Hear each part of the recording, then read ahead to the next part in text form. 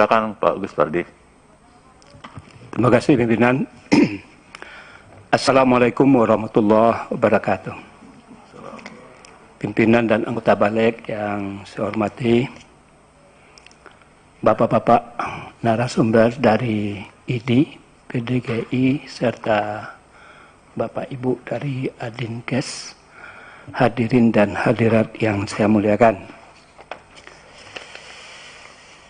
Menyimak dan mendengar serta membaca bahan-bahan yang Bapak sampaikan kepada kami, ini adalah bahan yang sangat berharga bagi kita balik dalam rangka merumuskan hal-hal yang berkaitan terhadap apa yang sedang kita bahas pada sore hari ini. Saya melanjutkan apa yang sudah disampaikan oleh Bapak Ibu terdahulu terhadap apa yang disampaikan kepada kami, bahan-bahan terhadap persoalan-persoalan tentang kesehatan, sebagaimana dikemukakan oleh Ketua tadi, pimpinan, bahwa kami DPR berupaya untuk membentuk, mewujudkan sebuah undang-undang yang bersifat omnibus law. Ini adalah merupakan cikal bakal juga, karena kami juga sudah pernah membuat undang-undang omnibus law tentang cipta kerja. Maksud dan tujuannya adalah sebagaimana dikemukakan oleh pimpinan, tidak usah saya ungkapkan, terlalu panjang untuk saya kemukakan. Namun dari beberapa hal yang Bapak Ibu sampaikan, ini adalah pointer-pointer yang sangat penting bagi kami dalam rangka menata, memasukkan, merumuskan tentang rancangan undang-undang sebagaimana dikatakan tadi, bahwa rancangannya undang-undang ini belum ada. Inilah ranah bagi Bapak Ibu untuk mewarnai, untuk memberikan masukan saran. Ini sangat penting.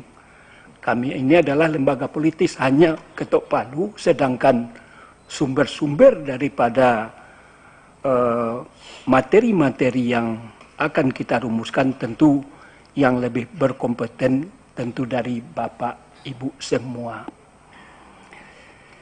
Sebagaimana yang dikemukakan juga oleh PDGI tentang perbaikan sistem kesehatan nasional. Ada 6 pilar yang Bapak Ibu sampaikan. Bagaimana 6 pilar ini masuk ke dalam rancangan undang-undang itu. Tentang apa? Tentang pelayanan kesehatan, tadi juga sudah diulas. Bagaimana pelayanan kesehatan itu dilakukan secara paripurna, orang tidak lari keluar daripada Indonesia. Ini kan adalah sesuatu yang memiriskan. Padahal potensi kita jumlah penduduk 275 juta. Yang paling penting dalam kesehatan itu adalah pelayanan.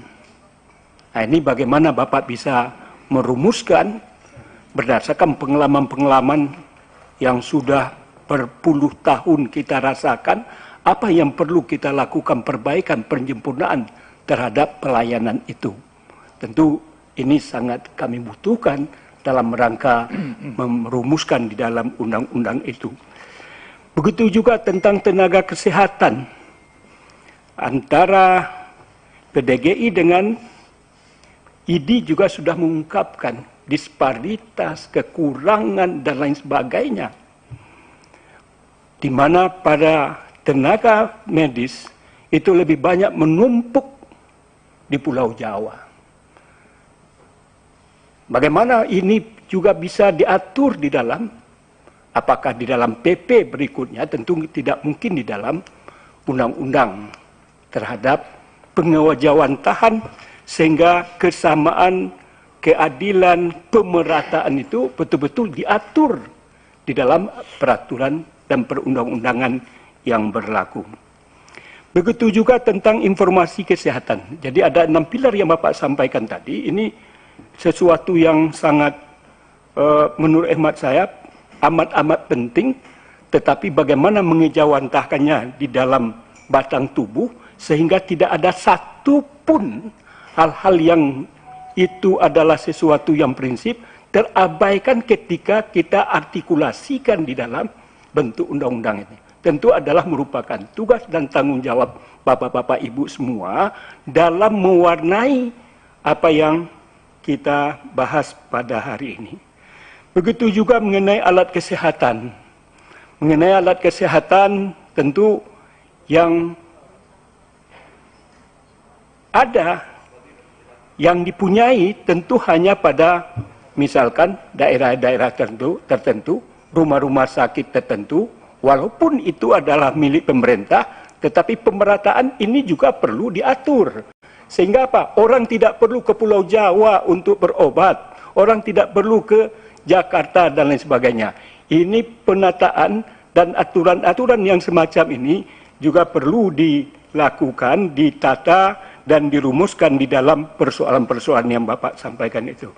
Begitu juga mengenai pembiayaan, memang APBN kita sangat terbatas, dan memang masalah kesehatan adalah merupakan prioritas, dan saya lihat nilainya juga sangat signifikan, memang belum sebagaimana kita harapkan. Karena keterbatasan dana, anggaran inilah tentu kita berupaya untuk mensiasati sehingga pembiayaan kesehatan secara adil, merata ini pun juga perlu diwejawantahkan dalam bentuk peraturan, apakah peraturan pemerintah dan lain sebagainya, sehingga tidak ada kekosongan hukum ketika apa yang Bapak sampaikan pada hari ini, apa yang Bapak rasakan, apa kekurangan dan lain sebagainya itu, kekosongan-kekosongan ini bisa diisi.